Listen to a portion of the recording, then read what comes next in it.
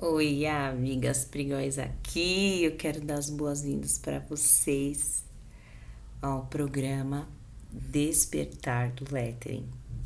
Então, neste programa eu organizei os conteúdos para que você possa se aprofundar cada vez mais. Ainda que você tenha já uma prática, vai te aperfeiçoar, vai te fazer avançar para um próximo nível, vai te ajudar a criar hábitos de estudo, para criar uma rotina e com acompanhamento. Isso que é a coisa mais chave. Então, neste programa eu vou mostrar para vocês como eu faço e como eu tenho desde 2015 desenvolvido e me dedicado a essa técnica e principalmente aplicando conhecimentos de desenho, neurociência, etc. Então, tem sido muito gratificante. Então, eu sou a Priscila Góes, artista visual, empreendedora e educadora, graduada em arte e educação, especialista em ecologia, arte e sustentabilidade, que é de onde eu fundamento todas as minhas práticas, sempre buscando desenvolver um método aplicável, relevante e que principalmente tenha embasamento científico. E a partir não só das experiências e feedbacks das minhas alunas, dos meus alunos, eu tenho aplicado a minha própria vida. Então, a gente tem um gap de educadores que não produzem, que não são artistas, e não é esse o caso aqui, porque tudo que eu aplico e recomendo para vocês, eu, eu experimento comigo mesma na minha vida. Então, eu desenvolvi todos esses métodos, o método do diário gráfico, e o lettering entrou na minha vida como uma grande paixão, um grande conector de todas as minhas paixões e uma grande força de propósito. Então, é com muita alegria que eu compartilho com vocês. Como eu sempre falo, a ponte entre o querer e o realizar e o acreditar. Então, nós vamos seguindo essa etapa entre acreditar, experimentar e saber. Primeiro, acreditar é se reconectar com o seu potencial, saber que o seu desenho existe, está vivo dentro de você, que você pode realmente, com as ferramentas certas, você pode com as ferramentas certas, você pode continuar, despertar seu desenho e continuar produzindo de onde você parou. Então, meu objetivo aqui é reconectar você com seu potencial, promover cura criativa e te dar os princípios para tomar decisões com coragem. Então, não é copiando, não é passando por cima, não é preenchendo apostilas de uma forma mecânica e sem entendimento, mas é dominando os fundamentos e a partir deste domínio tomando as decisões corretas. Então, você vai se estabelecer, se levantar para o lugar que já é seu e a partir disso você vai retomar, despertar e continuar a desenvolver e ver, assistir o seu desenho se manifestar, se reconectar com ele. Então, não é a partir de fora, é a partir de dentro, repensando você, a sua expressão, a sua manifestação de vida nas 4 dimensões, mental, emocional, espiritual e física, alinhando essas 4 dimensões, suas emoções, seus pensamentos, os movimentos que você faz, a sua respiração, a sua postura, o ambiente que você trabalha, fazendo tudo isso cooperar para que a sua criação continue a se desenvolver.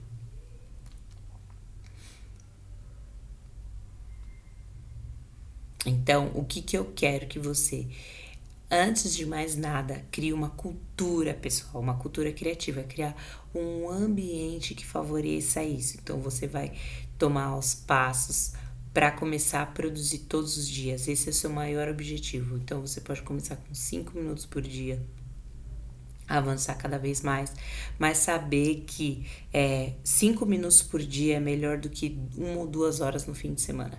Então, é mais produtivo se você fizer maior quantidade e com maior frequência, tá? Então você vai preparar um espaço fixo, você possa dispor e acomodar bem os materiais que você já tem. Você vai deixar lá, você não tem que ficar montando o tempo todo ou desmontando, você vai deixar afiado, circo armado para você chegar, sentar, levantar, sair e seguir sua vida. Você vai escolher um período do dia que você tem mais controle na sua agenda, então nesse período você vai realmente congelar na sua agenda 15 a 20 minutos e conectar com as pessoas que vivem com você para todo mundo colaborar e contribuir para esse seu propósito. Entender que você naquele momento você vai estar fazendo isso, que você não vai estar fazendo mais nada e que você precisa de um mínimo de concentração, tá? Muito importante esse engajamento das pessoas que vivem com você. Coloca suas produções no lugar visível da casa, isso é muito encorajador, isso tem um poder muito grande. Então começa a colar numa parede, coloca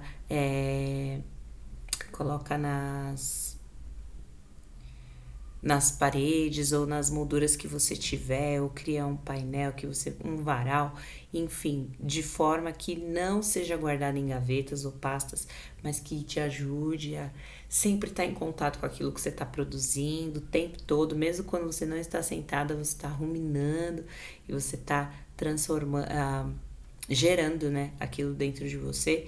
Isso vai te ajudar muito. E um sexto passo que é muito chave é você dar um propósito maior para os seus trabalhos. Então, se você ainda não tem o objetivo de vender, que seja você compartilhar seu trabalho como um presente para as pessoas, ver a emoção das pessoas recebendo o seu trabalho, usando o seu trabalho para propósitos maiores. Isso ajuda muito, dá um grande encorajamento e vai te dar mais força de propósito na sua produção. Então você vai separar, colocar na agenda, congelar o seu horário, tem uma tabelinha para vocês usarem e estabelecer qual é esse dia, faz com que tudo venha colaborar, né? Então, uma planta, ela brota, e a melhor forma da gente fazer com que a planta brote é cuidando da terra onde ela está. Então, esse ambiente, esse contexto, essa cultura da sua casa, da sua rotina, é de fato a terra fértil para crescer e fazer com que o seu potencial criativo se expanda cada vez mais. Então, no nosso plano criativo, você vai pintando, tá? Você vai pintando e nós temos, nessa sequência didática organizada, 6 ciclos. Então, primeiro, despertando o seu desenho com fundamentos de composição, usando exercícios do método desenhando com o lado direito do cérebro, você vai despertar seu desenho do zero. Depois você vai ter fundamentos de caligrafia. Então tem uma aula muito completa com a apostila que você pode baixar para preencher.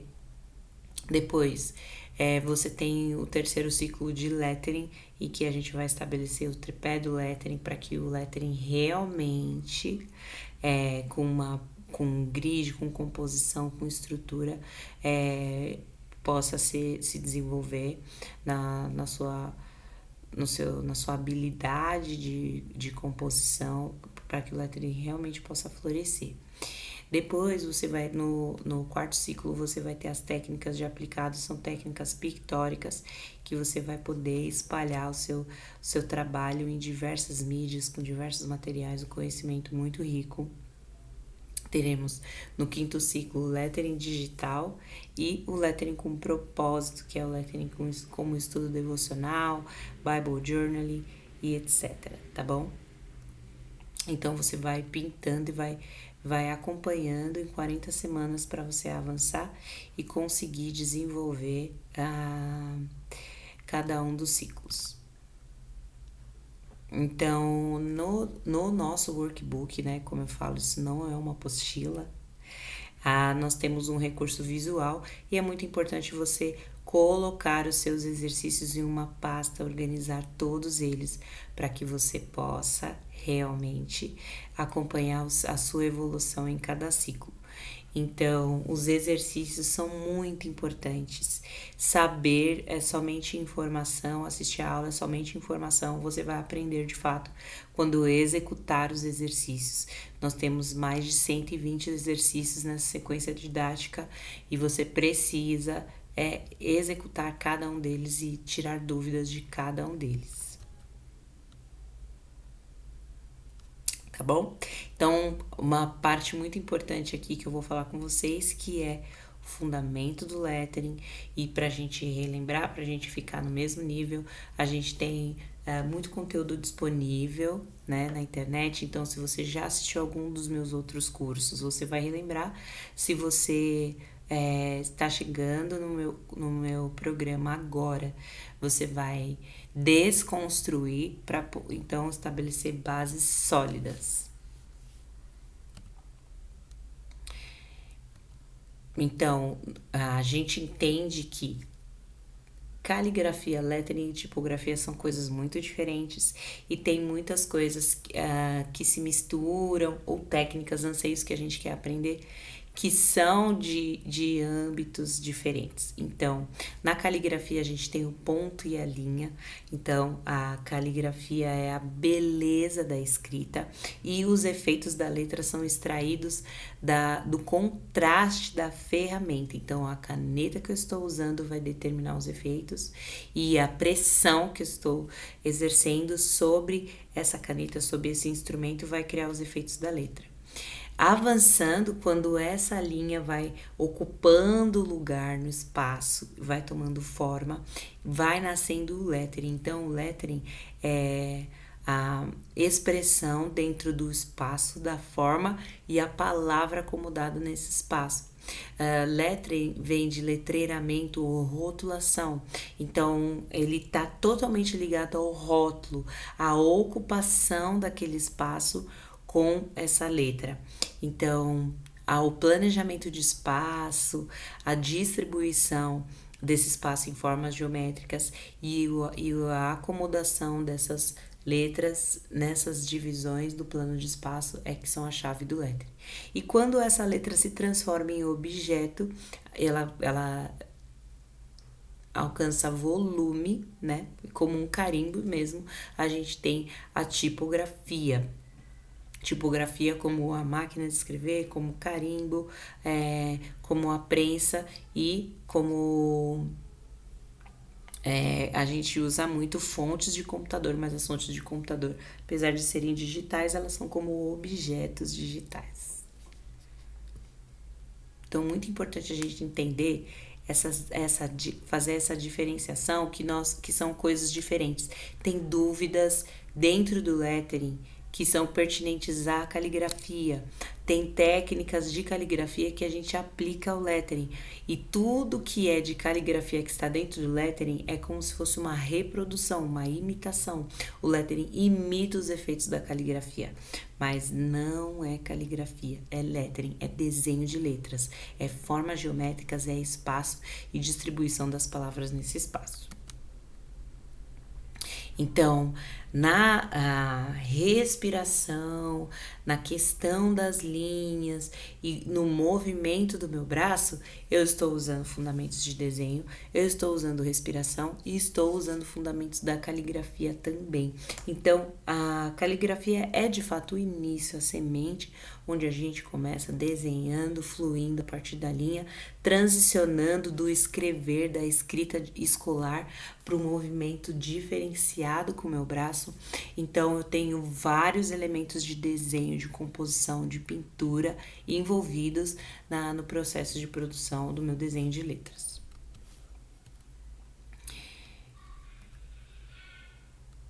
Então, esse tripé, espaço, forma e palavra, são os fundamentos do lettering, são os 3 conhecimentos básicos e chave, é uma equação perfeita para você fazer um lettering realmente maduro, profissional, de qualidade, que realmente vai falar com as pessoas, vai mexer com o lado direito, o lado esquerdo do cérebro, vai ter ritmo de leitura, vai ser envolvente, vai ser uma composição dinâmica. Para fazer um trabalho incrível, você tem que colocar esses 3 objetivos, esses 3 princípios, 3 fundamentos como alvos a serem alcançados para você dominar. Quanto mais você dominar espaço, o planejamento do espaço, quanto mais você dominar a forma e como essa forma está distribuída no espaço e como a palavra é acomodada como uma casa, né? Você tem a casa, todo o ambiente, as formas são como os cômodos da casa e a palavra são as pessoas, elas têm personalidade, elas se acomodam no ambiente, no espaço que nós criamos para ela. Então, dentro do planejamento de espaço, a gente tem os grids, a gente tem o fator 50% que a gente protege e aborda, tá? A gente trabalha na área central da nossa área de trabalho, seja uma folha de papel, seja um caderno, seja uma parede, seja um quadro, onde quer que nós estivermos trabalhando, nós vamos guardar essa borda. Porque tudo que a gente faz nessa borda externa é chamado de desenho sangrado. Eu posso sangrar meu desenho quando eu tenho consciência, quando eu tenho intenção. Não porque eu não estou planejando ou estou estrangulando, tá? E a partir do X, a gente tem aqui um plano de espaço nesse grid bem simples, dividindo esse espaço em formas geométricas e aplicando também outros elementos como as faixas, os blocos e etc. Todos eles trabalhando para acomodar as letras, que as letras são a parte mais importante, mas essas linhas de construção dão a estrutura para minha composição. Então, nós temos as letras caligráficas que imitam as letras da caligrafia. Então, no lettering, a gente cria a segunda linha, imitando esse contraste. A gente pinta, a gente desenha uma segunda linha, a gente recria as conexões, os floreios, tá? Mas todos num processo totalmente diferente do que acontece na caligrafia. Na caligrafia, todos esses efeitos, espessuras são obtidos através do contraste da ferramenta, da pressão. Dentro do lettering, a gente pode fazer isso com qualquer material, pincel, não tem regra para isso, não tem ordem. Tem, é claro, a gente respeitando o fluir das linhas, respeitando o fluxo de leitura, mas transformando e pensando nessa letra que elas são formas geométricas. Veja que todas essas letras têm em comum o círculo ou a forma oval. Então, as letras caligráficas são orgânicas e estão todas em torno do círculo ou da forma oval. Depois a gente tem as geométricas, e aqui eu coloquei as letras maiúsculas e minúsculas, mas você tem ombro, a barra, pernas minúsculas, você tem as 4 faixas, que são as 4 linhas importantes, ascendente, média, base, descendente. A partir dessas 4 linhas, você pode treinar e desenhar em qualquer espaço, você vai distribuir essas letras conforme elas alcançam a linha ascendente, a linha descendente, a linha média, que é a linha que as minúsculas se encontram, e a linha base, que todas as letras estão apoiadas. A partir desse entendimento dessas 3 faixas, você consegue desenhar e treinar no caderno de pauta normal, você consegue criar o movimento das letras, o bounce, né? Então, a partir dessa faixa, quando essa faixa é uma faixa guia, a partir disso você consegue escrever em diferentes locais, dimensões, etc. A gente tem os floreios, que são uma parte muito importante da composição.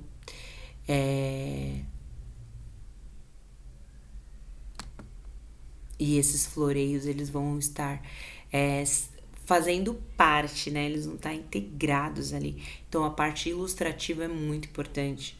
Os elementos que a gente coloca na composição são muito importantes para o lettering, porque trazem essa riqueza, né? Riqueza de leitura, riqueza da composição. Certo, amigas? Então, é essa introduçãozinha que eu queria deixar com vocês. Quero que vocês dominem isso, que vocês apliquem, executem todos os exercícios, tá?